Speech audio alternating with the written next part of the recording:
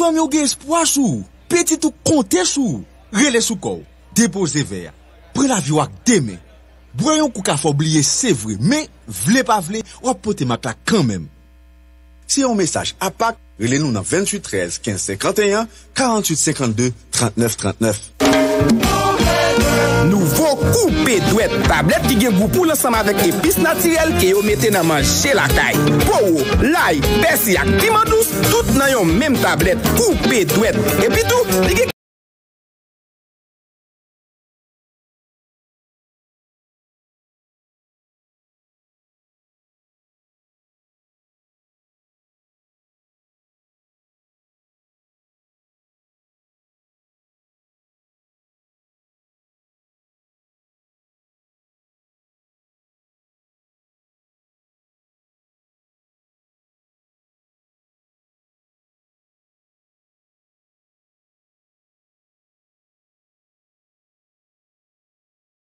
quantité sel ou remè.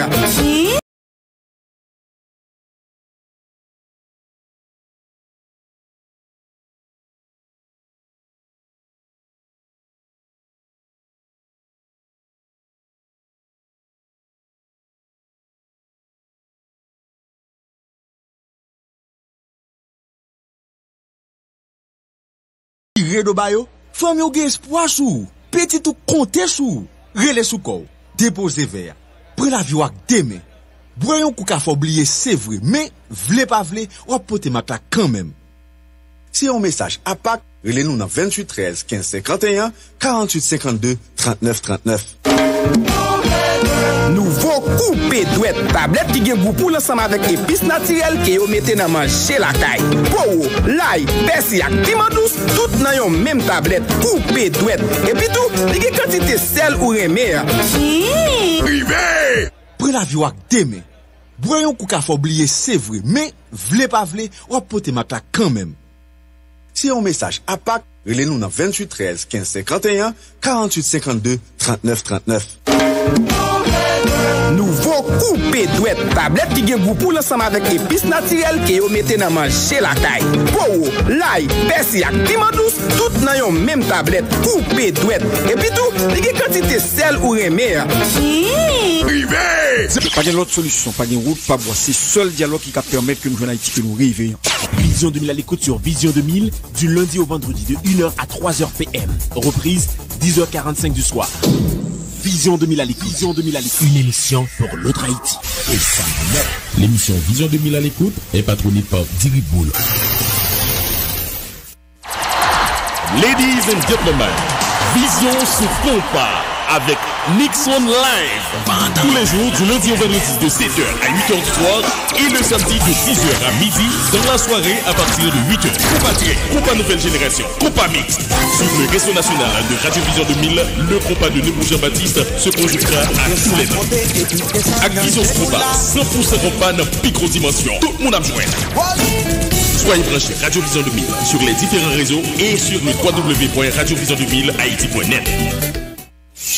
Pour saisir les atouts de l'Internet, comprendre les enjeux des nouvelles technologies de l'information et de la communication, participer à la nouvelle révolution culturelle, appréhender la société de l'information et s'y intégrer, suivez tous les mardis et samedis sur Vision 2000 de 4h à 5h de l'après-midi, Password, avec Wilker Fégon. Password, 60 minutes de navigation pour aider les élites à préparer l'intégration d'Haïti au sein de la société de l'information. Password, votre émission de choix sur les nouvelles technologies. Password, partenaire du groupe Veille Technologique Sud. Choisir un bon métier, un métier qui vous offre plein de débouchés, réussir votre vie professionnelle, c'est là votre objectif? Bien. Mais comment choisir et trouver les différentes carrières, les différents métiers et professions disponibles en Haïti? Les débouchés que métier peut vous offrir sur le marché du travail, les facultés, universités et centres de formation où vous pouvez apprendre votre métier. Suivez sur Vision 2000 tous les dimanches de 2h à 3h de l'après-midi l'émission La Route du Succès. La Route du Succès, une émission conçue par le Centre de développement et d'épanouissement personnel et présentée par David Alexandre. La Route du Succès, une tribune de promotion et de valorisation de carrière, discipline et centres de formation du pays.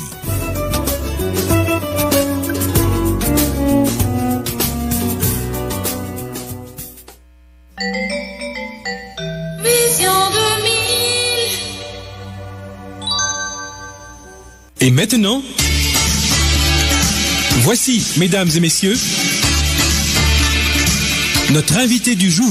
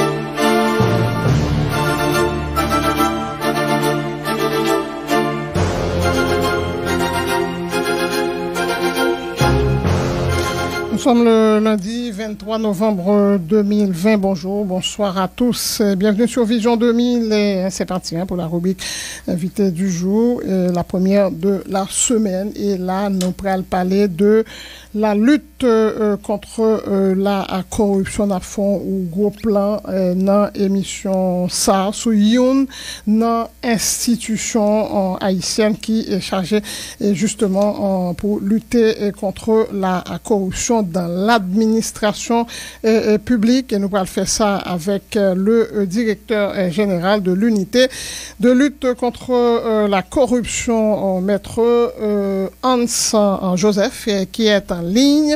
Maître Joseph, bonjour, bonsoir, bienvenue sur Vision 2000.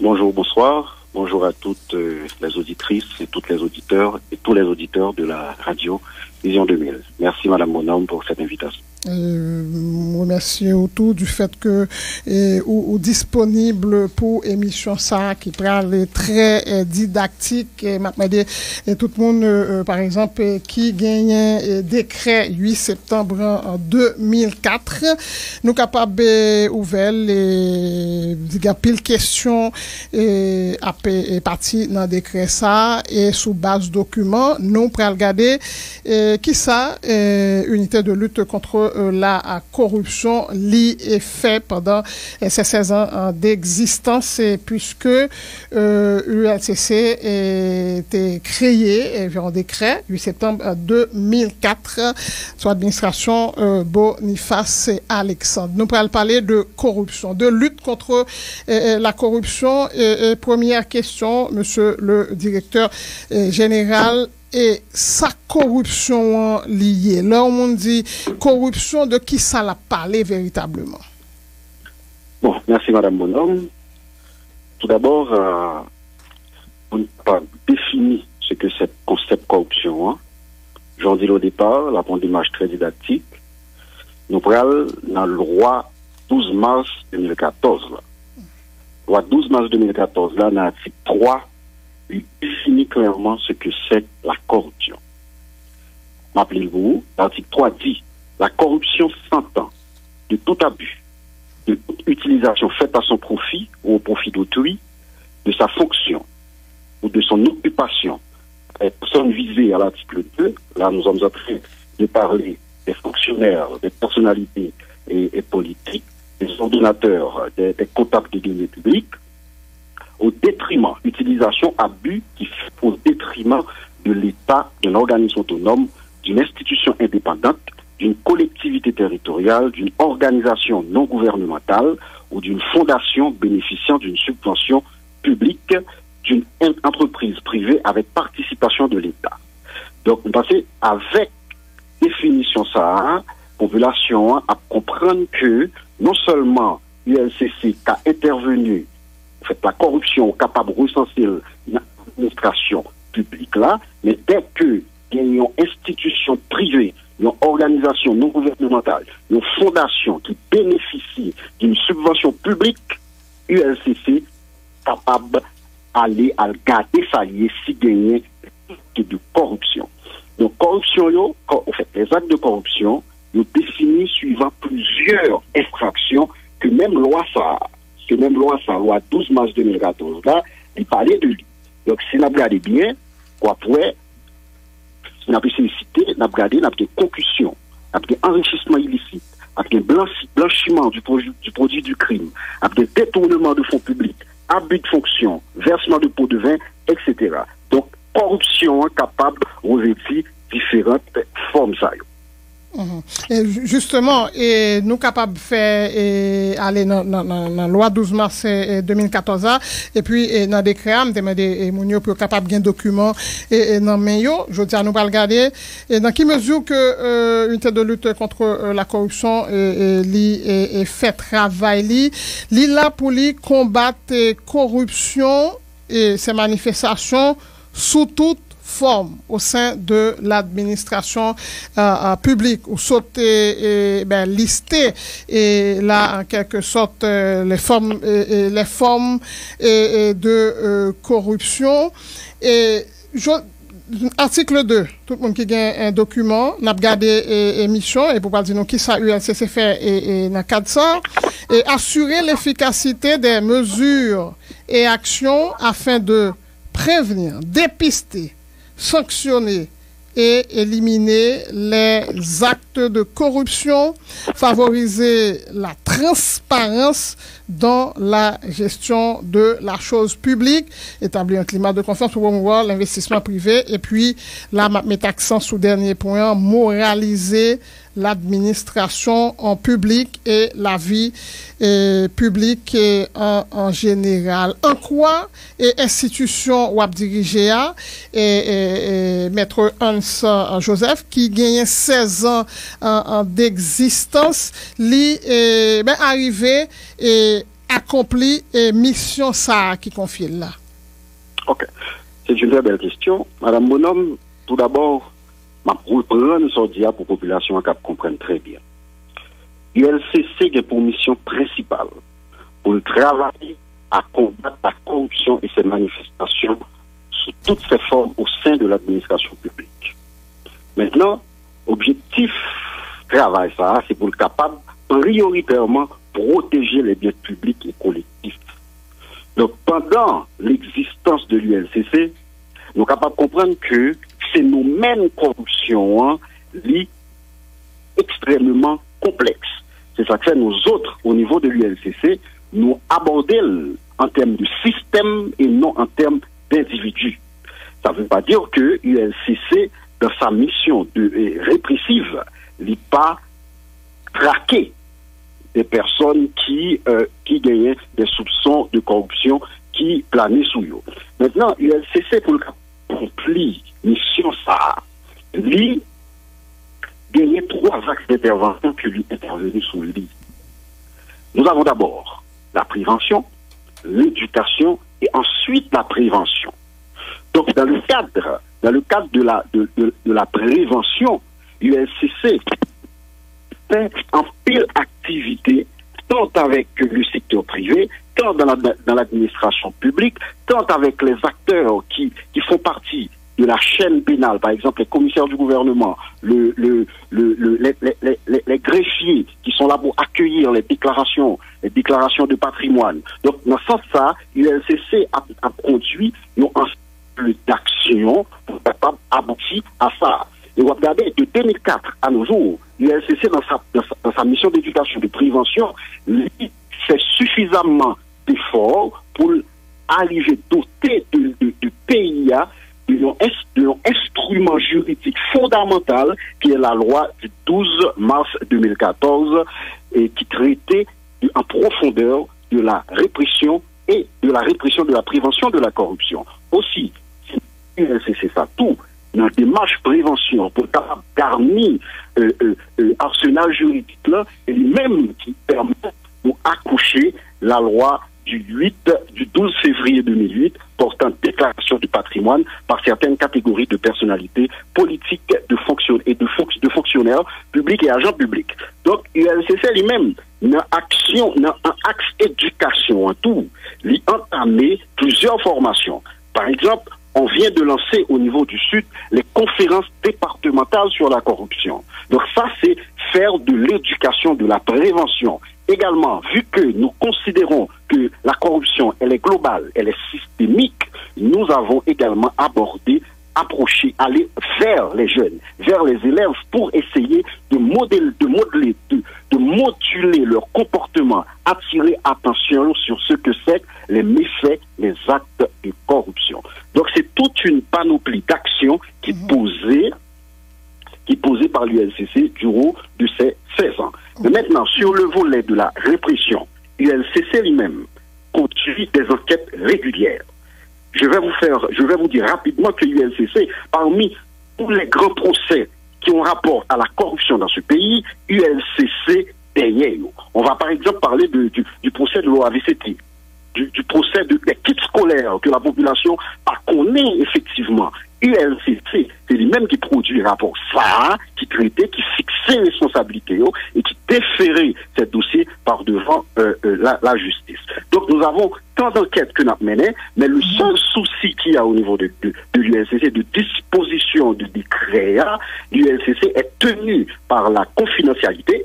On ne peut pas venir exposer sur la place publique contenu enquête, mais sur le plan de la répression, NAP travaille et l'ULCC fait un travail plus ou moins remarquable, dès qu'il y a de nombreux efforts qu'a fait. Et actuellement, il y a un nouveau dynamisme qui se dégage à l'intérieur de cette institution. Donc, nous travaillons en ce sens pour renforcer le volet de la répression. Maître Anne-Joseph, faut camper là.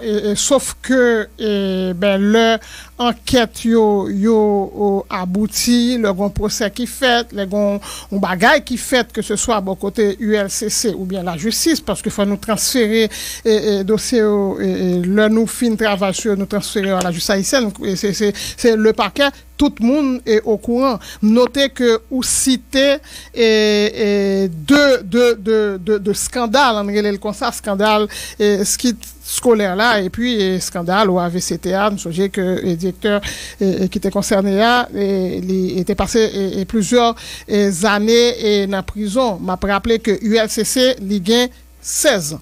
On était sous article 2, on dit toute activité qui fait, mais on connaît sa différence. Différence, c'est que gain activité qui fait, gain décision qui prend et puis gain résultat. Résultat, il y a 16 ans, et dans le domaine de la corruption, Haïti était occupé X place dans le classement.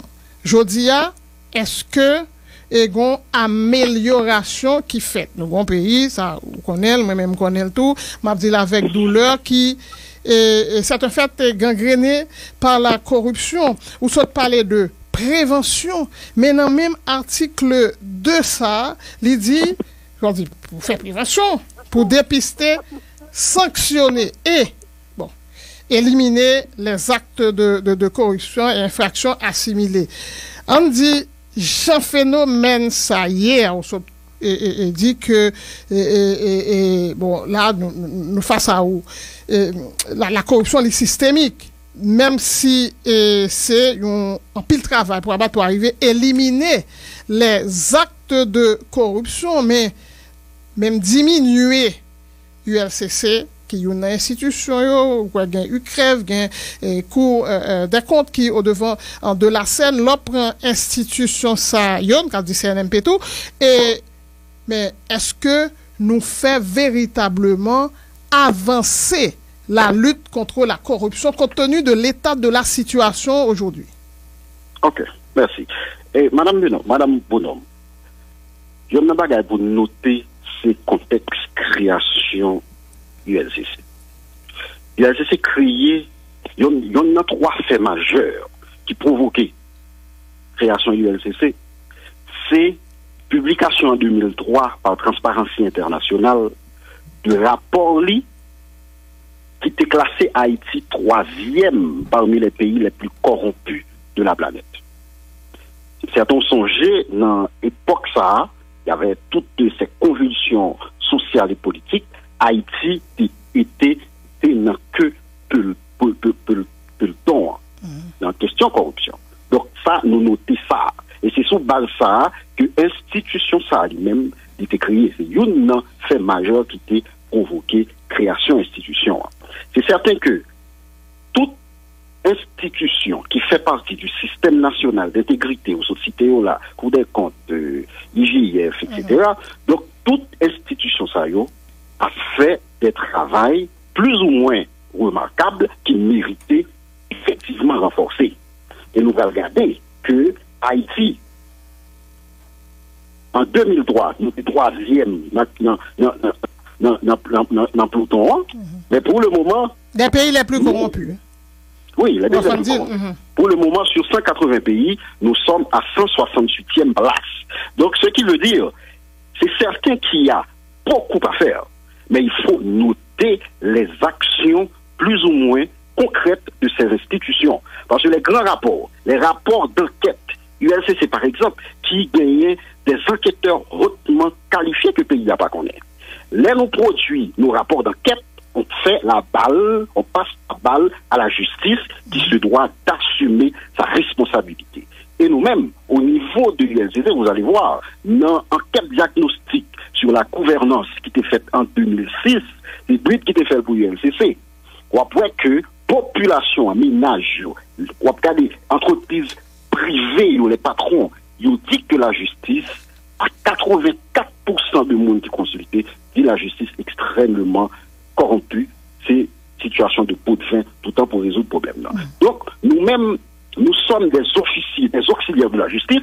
Donc, lorsqu'on produit nos rapports, nous avons certes une obligation de faire les suivis, mais on ne peut pas intervenir directement dans le travail de juge pour nous capable pousser le juge est indépendant. Maintenant, il revient à la justice d'assumer ses responsabilités lorsque les rapports, et plusieurs grands rapports qu'on connaît que des institutions de contrôle comme l'ULCC produit, maintenant il revient à la justice d'assumer sa responsabilité et de faire les suivis de ces rapports. Et ça veut dire que est-ce que vous avez dit là, donc c'est pas ULCC parce que lui-même il fait job li, c'est plus dossier il y a les dans tiroir dès que arrivé au niveau de la justice, on dit l'ordre de justice ça on dit et parquet, c'est ça. Je ne parle pas de parquet uniquement. Parquet, c'est le parquet au second dossier. Qui va envoyer dossier, oui, mais là porte d'entrée, on regarde les portes d'entrée. Il entre dans le parquet. Okay. D'ailleurs, nous sommes en train de créer au niveau de l'ULCC un circuit anti-corruption avec les acteurs de la chaîne pénale. Pour qui ça nous vient à projet, ça, c'est sans cette noter là. Nous avons constaté effectivement, Madame Bonhomme, qu'il y a un problème de suivi. Les rapports sont établis, les rapports sont faits, vous transférez au niveau de la justice, ensuite, on va regarder 2 ans, 3 ans, 4 ans, 5 ans plus tard, on ne reçoit pas de résultats concrets qui est capable au moins montrer aux populations qu'il y a un travail manifeste qui se fait. Maintenant,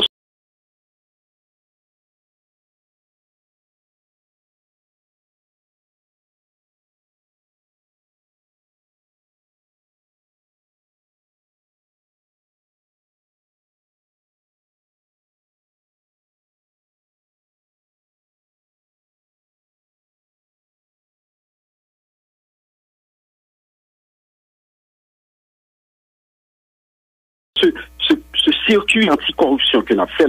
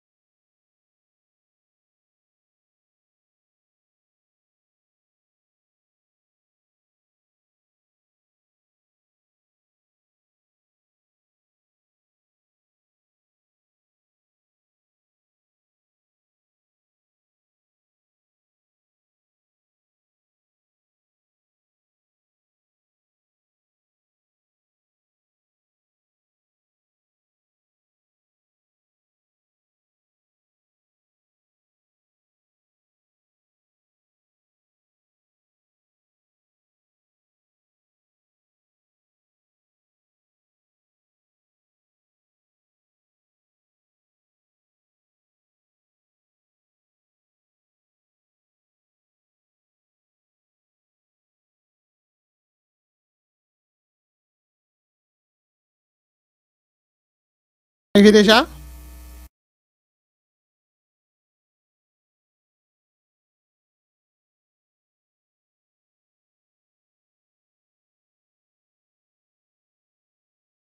Ça arrivé déjà?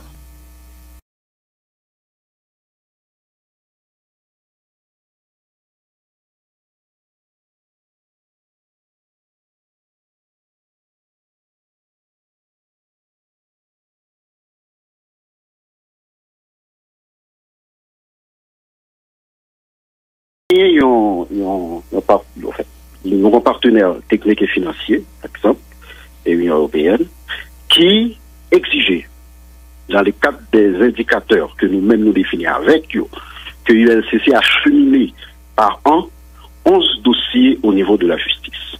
Donc je suis moins satisfait pour nous dire l'année dernière, en fait 2019-2020, l'ULCC a pu acheminer, en fait 2018-2019, l'ULCC a pu acheminer ces 11 dossiers au niveau de la justice.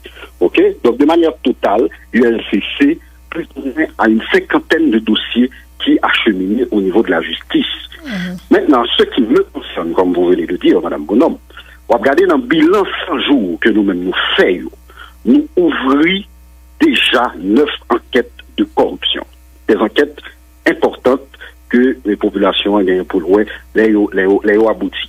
Nous réactivons également 11 enquêtes en cours, 11 enquêtes qui étaient dormantes. OK? Donc, au haut de nos 100 jours, nous pratiquement travaillons sous 20 enquêtes qui marché normalement. Et vous te parlé de droit de réserve et souverain et ben Gagnon qui est très médiatisé. Il se trouve que lorsque ULCC voyait invitation pour les concernés et c'est des hommes politiques et entrepreneurs que et ils ont retrouvé très rapidement sur les réseaux sociaux. Ça qu'expliquait que gain des dossiers ou pas chantant de parler de yo leur a traité et l'autre qui gagne un caractère politique eh bien yo dans la presse. OK, d'abord m'a corrigé vous les enquêtes de l'ULCC pas qu'un caractère politique non. OK? Nous-mêmes nous sommes une institution apolitique qui conduit des enquêtes avec toute indépendance, toute autonomie. Maintenant, faut mettre pour guillemets pour la politique là. Bon, ça c'est votre compréhension, Madame Bonhomme. Mais nous sommes une institution apolitique qui a traité des dossiers de manière indépendante. Okay. Voilà. Maintenant, allez. On parlait des dossiers qui se trouvent sur les réseaux sociaux. Sur la place publique. Nous-mêmes, au niveau de l'ULCC, nous devons tourner pour nous regarder des dossiers, des lettres. Et on va remarquer que c'est uniquement des dossiers qui ont rapport avec la politique, qui gagnent, par exemple, politique, la donne ou des entrepreneurs, etc., qui la donnent. Il y a des dossiers beaucoup plus importants et qui ont des enjeux beaucoup plus importants que l'ULCC a traité, que m'a traité pendant 100 jours, qui pas chambre sur la place publique. OK? Donc, c'est peut-être dans une dynamique d'instrumentaliser que le dossier SAO arrivait au niveau des réseaux sociaux dans la surprise totale de l'ULCC. Est-ce que vous voulez dire donc que ce n'est pas ULCC qui mettait au dehors? Madame Moulin, nous sommes une institution responsable. D'accord? Nous sommes une institution responsable. Et dans la même loi, ça, si dans le décret, dans la loi qui banne habilitation, si moi-même, il y a un enquêteur, il y a un employé, ULCC, qui sortit un dossier qui a un rapport à une enquête, non seulement il est passible de peine de prison, mais aussi d'amende de 250 000 €. OK? Donc, ça n'existe pas au niveau de cette institution. D'accord? OK. Mais tout à l'heure, on a dit des dossiers à caractère politique, même lors dit ULCC, c'est une institution apolitique, ou même, se dit là, des dossiers qui gagnent pour avec des politiques. Même, des hommes politiques, oui, des politiques, oui, les hommes politiques sont des politiques. Des hommes politiques, bien sûr. C'est pas un dossier qui a rapport à la politique. Il se trouve que, oui, il y a un rapport, il se trouve que ce sont des adversaires déclarés du président de la République qui concernait et par dossier ça. C'est dans ce sens ça, moi dit que c'est des dossiers, m'a vu ajouter là, hautement politiques. Qu'est-ce que je dois répondre à ça? Je viens de vous dire que ULCC, on ne fait pas de la politique au niveau de l'ULCC. D'ailleurs, on parlait d'un dossier qui a un rapport avec des adversaires déclarés du président de la République, du régime en place. Donc nous-mêmes, nous faisons peu de cas de cette histoire. Ok? Il y a une enquête gagnée, des soupçons de corruption sur un dossier extrêmement important. Il s'agit de 770 millions de gouttes d'une institution de l'État que y a des soupçons de corruption sous lui. ULCC se doit de savoir what's going on. Si le bagage n'est pas clair, faut que moi-même connaisse de qui ça s'agit. Donc même si, quel que soit statut, que l'adversaire politique, que le sympathisant, cela, Madame Bonon, n'importe peu. Ok. Et donc, par une instruction qui sortit, par exemple, au niveau de Palais National, qui dit, dossier ça, ULCC, t'as doué saisir et de lit. Bon, moi-même, je ne connais pas si ça t'est qu'on fait au niveau d'autres administrations. Ok? Mais moi-même, Anne-Joseph, je n'ai jamais reçu un appel du Palais national qui dit telle orientation dans le cadre d'un dossier. Okay. Il y a eu tellement de dossiers qui ont soupçon de corruption. C'est-à-dire, nous ne pouvons pas compter liste longue des scandales de corruption qui gagnent dans le pays, ou même dans le pays, même sous 100 jours. Et pendant 100 jours, ça tout. Et est-ce que ça veut dire ULCC mettait l'embranle pour tout? Même le grand public pas informé?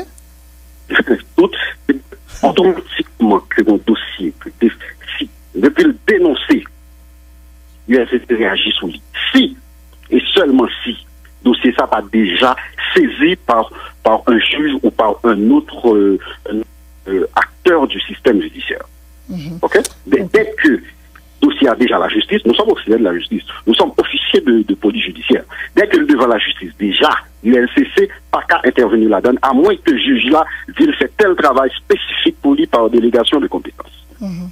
Et deux, trois questions sur dossier ça. On a FAMA, puisque les publics, auditions, tout le monde suivi. Façon de parler, parce que nous avons qui ça est fait en dedans, les questions qui ont été posées par les enquêteurs, bien que le compte rendu qui fait à chaque fois, Mounio, il a sorti déposé, on dit, comme ça. Non, qui point nouillé avec dossier ONAMAT, ONAFAMA, nous tendez tout le monde qui est concerné. Madame Bonhomme, vous allez vraiment vous satisfaire du compte rendu que Mounio n'a pas dans la rue, parce que là, au niveau de l'ULCC, moi, personnellement, je ne commence pas les enquêtes en cours. Ok. Bon, mais n'a prêté là enquête là, n'a pour retourner et me demander tout le monde pour être capable de gagner et décret le décret du 8 septembre 2004 portant la création de l'unité de lutte contre la corruption et m'a prêté toujours sous article 2A et moraliser l'administration publique et la vie publique en général, favoriser la transparence dans la gestion de la chose publié il y a quelques instants et maître Hans et Joseph où l'autre a parlé de classement Transparency International là où tu dit que bon nous t'ai gardé Haïti t'es parmi trois pays les plus corrompus semblait ou précisément que ou dit que gon amélioration au niveau de classement. Bon, si moi-même pas considéré comme une amélioration. OK, on a noté que il était troisième parmi les trois pays les plus corrompus en 2003. Maintenant, sur les 180 pays, actuellement nous sommes à la 168e place.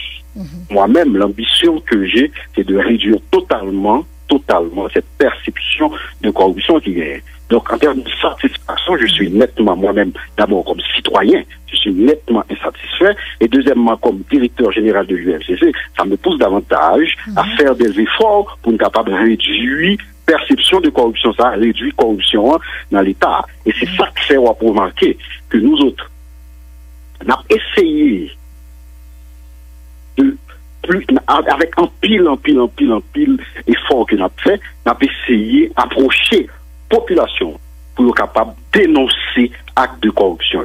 Vous allez voir que nous autres, nous avons déjà installé plusieurs boîtes alerte anti-corruption dans plusieurs boîtes de l'administration publique. Côté que tout le monde qui est victime ou témoin d'un acte de corruption capable de déposer en plainte. Et nous aussi renforcer la ligne 56 qui existait pour tout le monde capable de dénoncer corruption. Donc c'est dans ce sens ça, nous autres, on a fait des efforts considérables dans ce sens ça pour être capable d'avancer. On va regarder tout sur le point de la perception, Madame Bonhomme, si je peux continuer. Sur le point de la perception, ULCC fait établir une brigade de vérification et de surveillance des patrimoines. Parce que quelle est la perception? Les gens qui sont rentrés dans l'État, d'abord, on a dit qu'ils sont tenus pour faire déclaration de patrimoine. Ils sont rentrés aujourd'hui pauvres, demain ils sont riches. Mais nous autres, au niveau de l'ULCC, nous créons une brigade qui pourra vérifier ça comme patrimoine sur le terrain, qui a surveillé l'évolution, et avec ça, on a anticipé tout acte d'enrichissement illicite et tous les actes de corruption et ouvrir des enquêtes en ce sens. Ensuite, je vais vous dire, nous avons un système que Finance Connectée nous l'a donné, le SysDep, Madame Bonhomme. SysDep là permet nous vérifier. Maintenant, je viens de le réactiver. Le système nous permet de nous vérifier toute transaction qui est faite au niveau de l'administration publique, automatiquement que l'institution ça en réseau avec finance, n'a pas non seulement visualiser chèque, mais aussi interroger transactions pour être capable d'ouvrir des enquêtes de corruption. Donc il y a des efforts considérables qui sont faits avec un pile courage parce qu'ils sont batailles, Madame Bonhomme, je vous l'assure, qui demandent beaucoup de courage. Et vous parlez de perception, eh bien, est-ce que c'est tellement corruption les gangréné pays que tellement de scandale malgré effort aujourd'hui à ULCC et puis l'autre institution qui mettait en place justement qui t'a permettre la situation à améliorer, mais ou pas senti changement ou pas non seulement scandale a multiplié et ou pas qui ça et qui fait tout pour sanctionner et monde qui est concerné. Madame, là encore, déplorer au même titre que vous-même, situation ça, parce que lorsque nous faisons le dépistage, nous avons pris du temps pour nous capables de suivre l'enquête. C'est pas du tout facile. Parce que là, les enquêteurs sont en train d'exposer leur vie.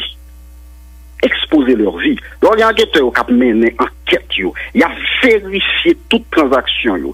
Ça prend plusieurs mois. On va regarder la banque, on va regarder tout partout. Et je viens d'instituer une application numérique pour que on va utiliser tous les procédés modernes pour faire enquête. Pas gagner.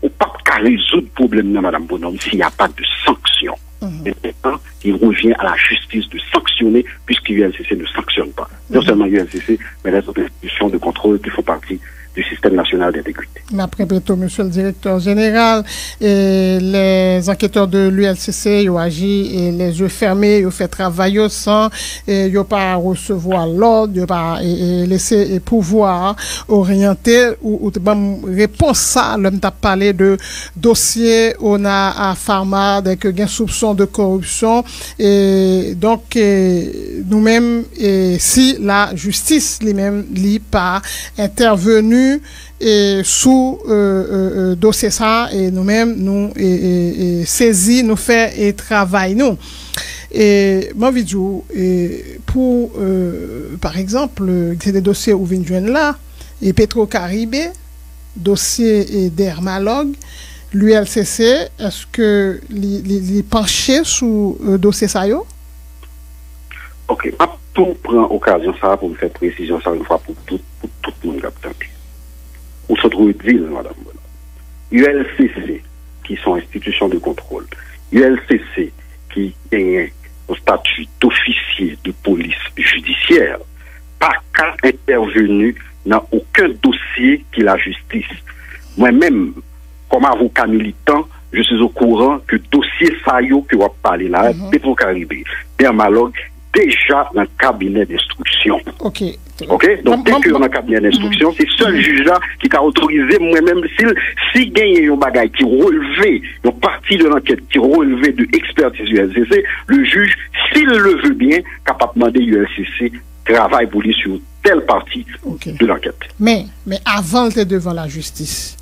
Il était au niveau du Sénat de la République. Au fond, pas de temps, il travaille et sous les commissions sénatoriales. Et après, il allait au niveau de la Cour des comptes. C'est que le dossier, ça a été tellement fait au scandale, nous sommes capables de comprendre que l'ULCC senti les concernés. Aujourd'hui, ou même comme attendez 2 secondes. Ou même comme directeur général, aujourd'hui, ou vini, ou dans tête ULCC, ou gain 100 jours, ou dit ou même ou fait travail ou, mais pendant venir, il est déjà la justice. Mais avant, l'ol pot de la justice, qui ça ULCC était fait? D'accord. Madame Bonom, ou même encore, bon là on se dit clairement, on se bat pas. Parce qu'on va parler de ULCC, on va parler de directeur général de l'administration. Oui, si une commission, Madame Bonom, laissez-moi clarifier pour vous. C'est une commission d'enquête du Sénat. Le Parlement, le savez-vous, fait aussi partie de notre système national d'intégrité. Le Parlement, si une commission d'enquête du Parlement travaille sur un dossier, ULCC pas qu'à de manière parallèle à faire le travail. Ça n'existe pas. Et si le Parlement lui-même, si le Parlement lui-même, l'idée, fouiller dossier dans ULCC pour approfondir, ULCC lui-même à l'époque, il y a de cela peut-être 2 ans, 1 à 2 ans, ULCC a obligé d'ouvrir une enquête sur ça. Et l'heure finie, le Parlement l'a acheminé au niveau de la Cour des comptes. On ne peut pas intervenir sur un dossier que la Cour des comptes a traité. Non, le fond cheminement, nous dit ça déjà là. Même ça me notait, on dit depuis Sénat travaille sur le dossier et ULCC pas concerné. ULCC pas rentrer là-dedans. C'est une commission d'enquête. C'est un amendement pour faire un travail spécifique pour lui dans l'enquête là. Et nous avons fait au niveau de ULCC. Ok, mais à la demande du Sénat seulement. À la demande du Sénat. Parce que nous ne va pas faire chevauchement, nous ne va pas marcher sur pied l'autre. Si le Sénat a saisi, le Sénat fait enquête, quel est l'effet utile pour l'ULCC à l'intervenir lui-même? Donc s'il y a une contradictoire, ok, il ne faut pas traîner l'État au ridicule. Non, besoin de comprendre. Bon, l'État est très ridicule, c'est-à-dire qu'il y a des dossiers déjà. Le fait qu'on ne travaille sous lui, ou pas voulait faire la lumière sous lui, ou une mauvaise image à l'étranger, je dirais, peut-être ça n'a pas parlé de les méfaits de la corruption en Haïti. Et pour des dialogues là. Mais ce dossier est devant un juge d'instruction, que je sache. Ok. Que je confirme que ce dossier est devant un juge d'instruction. Ok. Donc là, on gagne le beau rôle. J'ai le? Non, mais dis là, on gagne le beau rôle parce que, ou vient joindre là, bien avant, tu as une intervention qui est faite et est parfaite. Mais, l'autre des gens qui dit, compte tenu de l'ampleur et du dossier, il faut comprendre que des institutions chargées de la lutte contre la corruption, ils sont capables de saisir du jeudi à la Cour des comptes pour que jusqu'à jeudi à j'aime contacter unité de lutte contre la corruption sous dossier ça. C'est pas jamais contacter. Non, pas du tout. Cour des comptes gagne pratiquement presque et même plus pouvoir dans ce sens-là pour agir. Non, il y a besoin. Que la Cour des comptes a fait. Il y a besoin d'approfondir le dossier. Non, on n'a pas été sollicité. Ok. Est-ce que un citoyen lambda, s'il portait n'importe qui dossier devant ULCC et même l'autre instance qui travaille sous lui, nous et pas faire rien sous lui nous-mêmes. Non, depuis de l'autre instance qui la donne, Madame Bonhomme, ULCC, le ULCC fin travail sur lui, ou alors dans la justice encore, alors que la justice déjà travaille sur lui. Bon, d'accord, que, par exemple, ULCC a expertise et sur ça, il est capable d'aider. Bien sûr, là, il revient à la justice de me solliciter. Ok. Par exemple, sur la question de patrimoine, sur la question d'enquête sur investigation numérique, la justice peut me solliciter. Okay. Comme ça, mon délégation de compétences, et je peux travailler pour le juge. Et personne n'a pas besoin d'attendre que travail ça me fait pour le juge là, par exemple un juge d'instruction, et que instruction en est réputée secrète, que rapport ça que me fait pour le juge, dans la radio.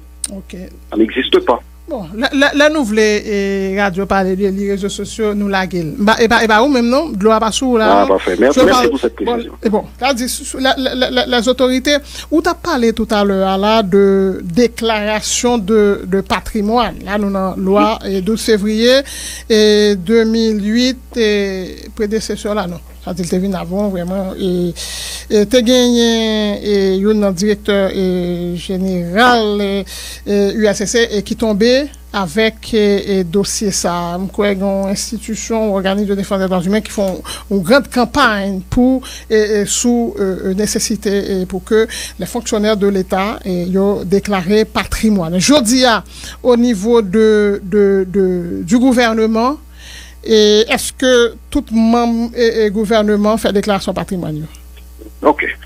Et tout d'abord, MAPSA du travail remarquable que des institutions au niveau de la société civile a fait dans 4 batailles ça. Ok. Donc là ils sont venus en appui à la bataille, à la lutte que ULCC a menée sous question ça. Ok. Maintenant, déclaration de patrimoine, c'est une obligation légale. Ça, d'abord, tout le monde qui est concerné par lui, qui sont des personnalités politiques, des fonctionnaires et des agents publics, ils doivent connaître qu'ils sont obligés de venir déclarer leur patrimoine, le contenu de leur patrimoine. Maintenant, au niveau du gouvernement, pour répondre à votre question, en base de données que nous gagnons, par exemple, au niveau de la présidence, nous sommes à 100%. OK? Et au niveau du gouvernement, nous sommes à 98%. OK? Et les efforts se font vraiment pour contraindre quelques éléments isolés pour qu'on fasse déclaration patrimoine. Quelques récalcitrants. Okay? Quelques récalcitrants. OK. Et on faut tirer sous déclaration et patrimoine. On dit loi du 12 février 2008. Est-ce que c'est tout, mais vraiment tout fonctionnaire de l'État qui doit faire déclaration patrimoine à l'entrée et à la sortie? C'est-à-dire l'on en job là et puis l'on quitte. OK. Ma prendre une précision ça puisque c'est important. Faut qu'on fait déclaration leur entrée dans le job là. Et faut qu'on fait déclaration, leur quitter fonction. Déclaration d'entrée, déclaration de sortie. Maintenant, qui sont concernés, madame? Par exemple, nous gagnons, on va citer quelques-uns pour, parce que tout pas devant moi, nous gagnons les hauts fonctionnaires d'État, par exemple les ministres, les directeurs généraux, les secrétaires d'État, nous gagnons les ordonnateurs, nous gagnons des élus, les sénateurs, les députés, les maires, les ASEC, etc. Nous gagnons les membres du pouvoir judiciaire, les juges, les commissaires, les parquetiers, les doyens, les chefs de juridiction. Ou bien les ambassadeurs et les représentants permanents d'Haïti. Ok. Après ça, ou bien les délégués, vice-délégués, ou bien les gens qui en charge d'institutions indépendantes, ou bien par exemple les présidents, vice-présidents, les conseillers de la Cour des comptes, protecteurs du citoyen, conseillers électoraux, recteurs, vice-recteurs universitaires, doyens, vice-doyens. Donc tout le monde et aussi les membres de la force publique, tout le monde concernés par la déclaration de patrimoine. OK. Et tout le monde ça dit en termes de pourcentage. Et qui pourcentage qui fait déclaration vraiment et n'a tout gardé lorsque les fonctionnaires il pas fait qui ça capable arriver là n'a privé dans sanction. OK. Maintenant pour en termes de pourcentage. Donc là, je n'ai pas le pourcentage devant moi, mais m'a dit très vite que un réel effort, il y a de cela, depuis 1 an et demi, il y a un effort qui est fait sans ça, côté que majorité d'un fonctionnaire d'État fait déclaration de patrimoine. Maintenant, on a allé dans le deuxième. Non, t'as pour deuxième volet, ou une question précise. Pour les parlementaires. Comment? Parlementaires. Allô? Oui, pour les parlementaires, là, plus précis. Pour les parlementaires. Nous sommes aux environs entre 50 à 60% pour les parlementaires. OK? Là, inclus déclaration d'entrée et sortie. OK. Et pour les diplomates? Voilà. Maintenant, parler au fait on vient de nommer plusieurs ambassadeurs. Et ces ambassadeurs, ils seront touchés pour être recommandés de l'UNCC, cap invité on rappelle l'obligation pour nous faire déclaration de patrimoine. Au niveau des ambassadeurs, je n'ai pas le pourcentage exact, je sais que c'est relativement satisfaisant.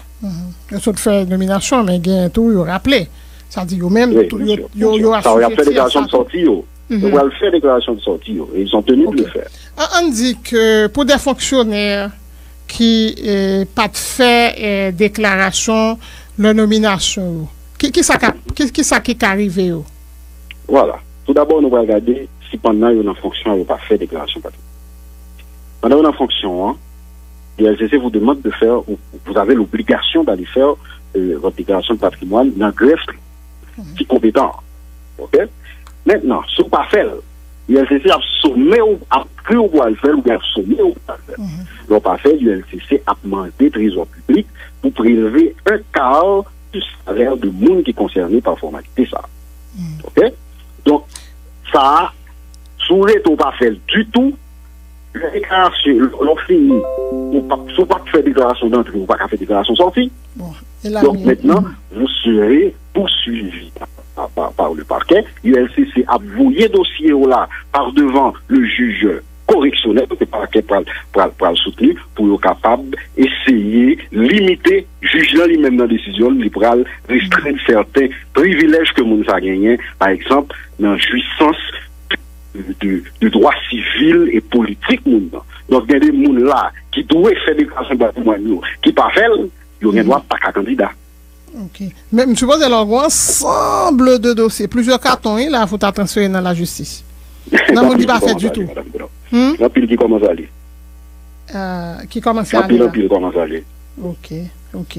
Mais, délai tout, ou pas dire, et délai, il y a 3 mois.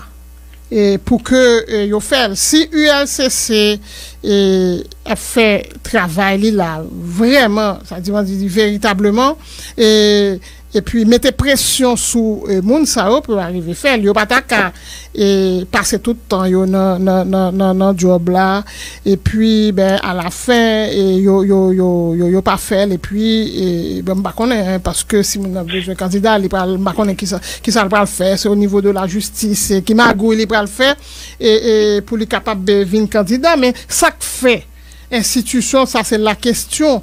Et délai, nous pas respecter la partir de 3 mois, nous commencer à tirer et sonnette d'alarme, non? Ok, voilà. Maintenant, pour me préciser, Mounio, normalement, ils ont gagné majorité président de la République, juge parlementaire, maire, etc. Ils ont gagné. Pardon? L'un du jour, les ont entré en fonction, après l'élection, les ont entré en fonction pour faire déclaration. Maintenant, ULCC, qui est même qu'à suivre, après 60 jours, etc., rappelle, il est capable de réagir. Il y a ce constat, effectivement, qui est fait. Ok, que nous, en pile monde, premièrement, nous pas au courant de lui. Deuxièmement, de manière volontaire, nous décidé de pas faire, puisque ULCC toujours vouillé des sommations, des lettres, par tout le monde.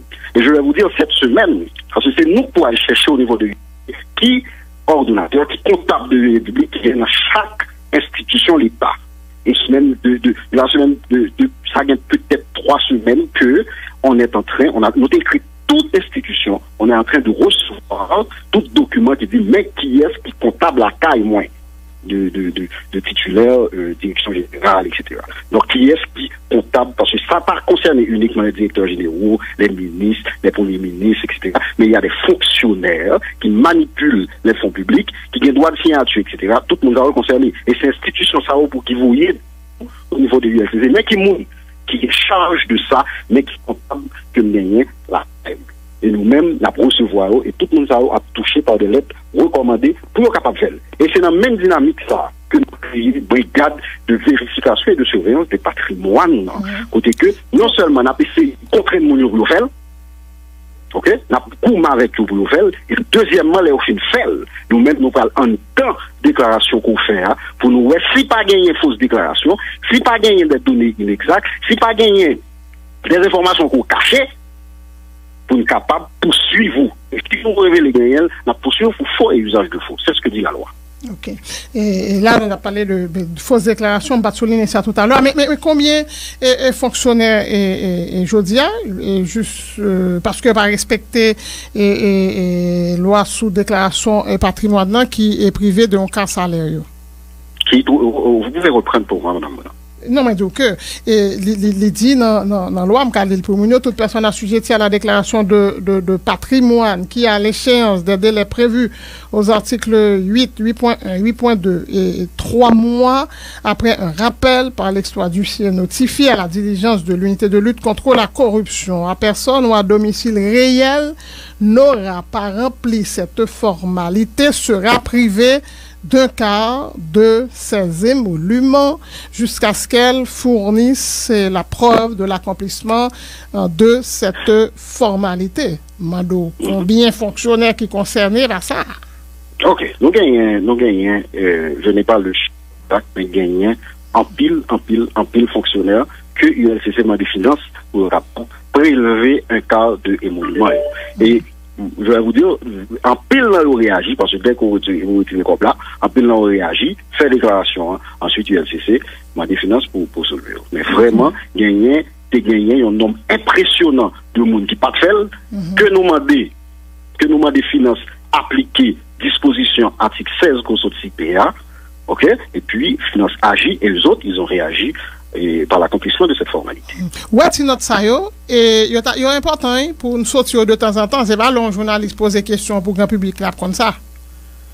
Ouais. Mais tout, madame Bonhomme, toujours consulter, non seulement site ULCC, mais notre page. Non, si, regardez, même qu'à consulter. Donc, c'est très dynamique, ou après que, il y a des relances qui fait tout le temps, il y a des lettres qui allaient à jeune tout le temps, tout le monde. Non, les sanctions ont tombé, il me veut dire.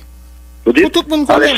Les sanctions ont tombé. Oui, les sanctions ont tombé. Ça dit non seulement nous poster sous site là, on est bon, et combien de monde qui passe sous site là, mais pour le grand public qu'on est. On verra quelle suite donner à cette suggestion.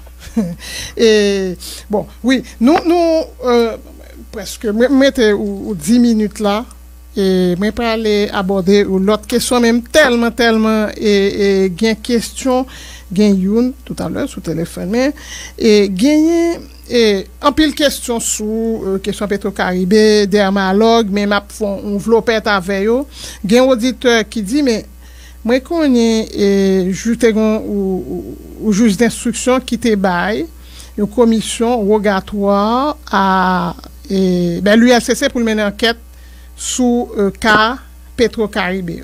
Est-ce que c'était menti ou pas? Et il dit que c'est à l'époque il dit à l'époque et gouvernance Jean-Henri Seya. Une question. OK. Moi-même, moi connais que automatiquement ULCC recevoir une délégation de compétences d'un juge d'instruction, il réagit sur lui du travail, il remet juge d'instruction rapport. Maintenant, il va falloir que cet auditeur cet auditeur ou auditrice préciser est-ce que qui porte donné qui juge d'instruction que tu fais, parce que je ne suis pas au courant. Moi, je connais qu'il y a eu un juge d'instruction, le juge d'instruction qui traite du dossier de Petro-Caribé, et déjà bah, une commission rogatoire pour nous regarder patrimoine tout le monde, ce qui a été fait, et le dossier a été retourné longtemps dans la juge d'instruction. C'est une partie de, c'est ça, le juge lui-même, il doit décider. Bah, une partie. Oh, pardonnez-moi, faut que des déclarations patrimoine, c'est question qui viennent sous Petro-Caribé et auditoire relancé, il dit sous époque et Jean-Henri Seya, le premier ministre. Maintenant, je sais qu'il y a eu d'abord un premier juge sur ce dossier, le juge Pierre-Paul, si je ne me trompe, qui était porté-lui, ok, donc, compétence dans tout tombé, ok, donc, Maintenant, c'est le nouveau juge lui-même qui gagnait pouvoir pour solliciter l'ULCC. OK. Mais donc, tu as une sollicitation? Comment? Tu as une sollicitation ou passer ça et auditeur besoin de connaître? Il y a un travail. Oui, il y a un non, on va parler dans le temps. Non. Oui, maintenant, ce qui a lieu de préciser, c'est un travail sur le contenu des déclarations de patrimoine, etc. Il a été fait dans le cadre de l'enquête Sabot. Mais pas Petro-Caribé. Vous dites? Pas Petro-Caribé. Non, c'est ça. Non, oui, non, parce que m'a précisé. Et c'est l'actuel juge. Oui, bien sûr. OK. Et ou même avec équipe et nous prenons une initiative que même saluer de parler ça et avoir pour nous faire une campagne de sensibilisation et c'est contre la corruption dans les écoles. Et pour qui ça vous voulez commencer et là pour qui ça ou aller là ou joindre jeunes yo et ti moun yo ou voulez sensibiliser yo et face à phénomène ça m'a rappelé que bon pas connaît si ça dit moun qui te vinn avant yo fait ça mais récemment de gagné un événement qui était fait quoi c'est dans collège et Canada et c'est pendant une journée mais j'étais très frappé par ça et pour qui sa campagne de sensibilisation beaucoup de jeunes dans l'école. OK. Madame Bonhomme, j'en ai un premier bagage pour nous. C'est que corruption est systémique. Corruption est globale. Donc, en ce sens, il faut la combattre en amont. Nous-mêmes, c'est ça que nouvelle direction générale la comprendre, qui fait que n'aller vers les jeunes, en particulier les élèves, présenter avenir au pays, qui représente espoir génération qui a fini, dans objectif de trouver une solution durable à la question. Parce qu'il y a une déconstruction qui est faite au niveau de la pensée des enfants que voler l'État, c'est pas voler. Donc nous-mêmes, n'aller pour nous dire voler l'État, c'est certainement voler. Non seulement ça, mais aussi attirer attention communauté éducative là sur nécessité pour nous éduquer sur des valeurs d'intégrité, d'éthique, de responsabilité, de civisme, de citoyenneté. C'est ça qui permet tout cette transformation intégrale pour ce qui va venir. OK? Donc c'est une logique ça, nous autres, que nous allons vers Timounio pour comprendre ce que c'est le phénomène, les méfaits de la corruption, pour nous comprendre que tout ça n'a vivre là, famine, analphabète, matériel d'eau potable, le chômage à cap élevé, insécurité, kidnapping, tout gagné des conséquences directes ou indirectes. Ce sont des conséquences directes ou indirectes de corruption. Donc, comment comprendre? Si l'État n'a pas qu'à faire recette pour le capable de continuer à faire ces grands travaux, par exemple, on y a des rivières, si nous devons jeter barrage sur 280 rivières, il faut que l'État ait moyen. OK? Donc, c'est l'état de demain que nous sommes en train de préparer. Moi-même, j'ai été frappé, et peut-être au pas songer ça. Moi, j'étais Timoun, moi, j'étais dans Réto, j'étais à l'institution La Source, 2003-2004. Vous, Madame Bonhomme, ainsi que Valérie Numa, nous êtes venus à La Source et vous aviez lancé un concours sous engagement jeune dans le pays. OK? Un concours au niveau de La Source même, nous étions en conférence. Et heureusement, moi-même, comme élève de Réto, j'étais sorti coloré avec Annie, une autre élève, camarade de promotion. Donc, ça, c'est des événements qui marquent Timounio, qui permettent de comprendre l'importance de la société.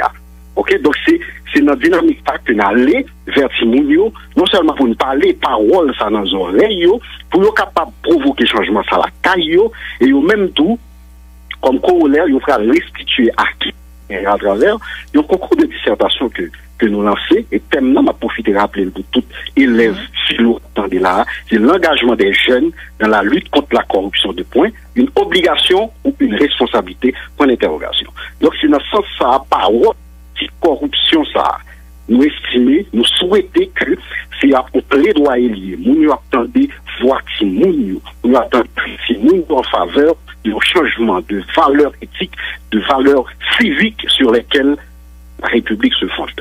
OK. Petite précision, texte n'a pas doué dépasser 4 pages. Il est capable de rédiger en français ou en créole. C'est bien ça. Merci. Voilà. Et pour finir, mais tellement de questions, mais finir vraiment là pour retourner sur déclaration et patrimoine. Désolé, Simi, parce que c'est l'auditeur qui dit, est-ce que ou même comme directeur général ULCC, est-ce que vous faites déclaration de patrimoine? J'ai répondu à cette question à une conférence de presse. Charité bien ordonnée commence par soi-même. Et quoi, c'est son obligation, ça dit pour tout le monde. Je vais vous dire. Premièrement, moi, c'était déjà un agent assermenté ULCC. Donc, tu étais déjà avant même que le général. Ok. Est-ce que, ça est dernière question, pas là pour nous finir, est-ce que n'importe, auditeur dit, qui va le vérifier ça? Est-ce que quoi? Est-ce qu'il a vérifié? Vérifier quoi? Que ou même ou bien l'autre fonctionnaire l'État et fait déclaration patrimoine. Est-ce que n'importe citoyen capable de décider de dire, regardez, si le président fait, si le premier ministre fait, bien que le premier ministre était médiatisé, si il y a l'autre fonctionnaire qui fait, comme le parlementaire fait, il a joint l'information, ces informations, est-ce que vous trouvez des données statistiques? Vous avez trouvé des données statistiques en ce sens. D'ailleurs, Jean Mzoula, c'est un indicateur que en partenariat technique et financier exigé pour capable appuyer le budget de l'État haïtien. Donc, les données statistiques sont disponibles. Non, par exemple, j'ai sous la tortue, ça te fait ou tolé, et ou t'as regardé, ça dit déclaration patrimoniale, tu vois, qui ça ministre les gagnants, qui ça directeur général les gagnants, par exemple. Et est-ce que ça, je dis, est possible? Vous ne pouvez pas, d'ailleurs, je vais lire pour vous, Madame Modom, article 19. Sera puni d'1 an à 3 ans d'emprisonnement et d'une amende de 250 000 gourdes à 500 000 gourdes, tout agent de l'ULCC, donc premier agent ULCC, c'est le directeur général, là, ou des greffes reconnus coupables d'avoir divulgué ou publié sans autorisation du ou de la déclarante, de quelque manière que ce soit, totalement ou partiellement, des déclarations ou observations reçues. C'est interdit par la loi. Sauf si intéressé à mon qui fait déclaration, autorisé de manière expresse, pas tacite, non, autorisé expressément pour capable dire qui ça gagne dans la déclaration de patrimoine. Ouais, sur la tortue, et t'es quelqu'un qui t'a vérifié dans la greffe là, justement. Bon. Pour que ça nous décide de changer. Il y a certainement une autorisation de non, pas du tout. Tu es juste présenté et puis regardez. Même gouvernement, à partir de qui moment ça a changé? Et que n'importe citoyen, pas qu'à. Loi ça, Madame Boudon, au colonel, il a été de 2008. Donc, oui, mais c'est vous dire ça. Je suis certain que la période sous gouvernement Gérard Latortue, pas de gagner, loi ça pas existé. Mais on te fait c'est une obligation pour nous te faire déclaration patrimoine. Voilà. Ouais. Comme actuellement, c'en est une. Ok. Mais sans que loi va exister. Sans que loi pas de ville. Oui. Voilà. Oui. Et de nous en 2004. Donc c'est dans cette dynamique de moraliser l'administration. Voilà. Il faut prêcher par l'exemple. Et merci beaucoup et pour disponibilité. C'était au plaisir pour être capable d'accueillir Jodia. On a dit à bientôt sur Vision 2000. Merci Madame Bonhomme. Et c'est moi pour remercier. On m'a profité avant de finir. Vous dites que nous remercie également une revue scientifique de l'ULCC qui veut les transparences. Et tout le monde, on reçoit des contributeurs externes qui est capable de venir avec un article scientifique qui respecte les critères méthodologiques dans ce même plaidoyer en faveur de la lutte contre la corruption. Merci Monsieur Hans Joseph. Voilà. Hans Joseph était notre invité aujourd'hui, le directeur général de l'unité de lutte contre la corruption. Et c'était Marie-Lucie Bonhomme pour les questions. Merci pour participation nous-mêmes, auditrices, auditeurs. Et restez sur Vision 2000. Et bonne journée, bonne semaine. C'était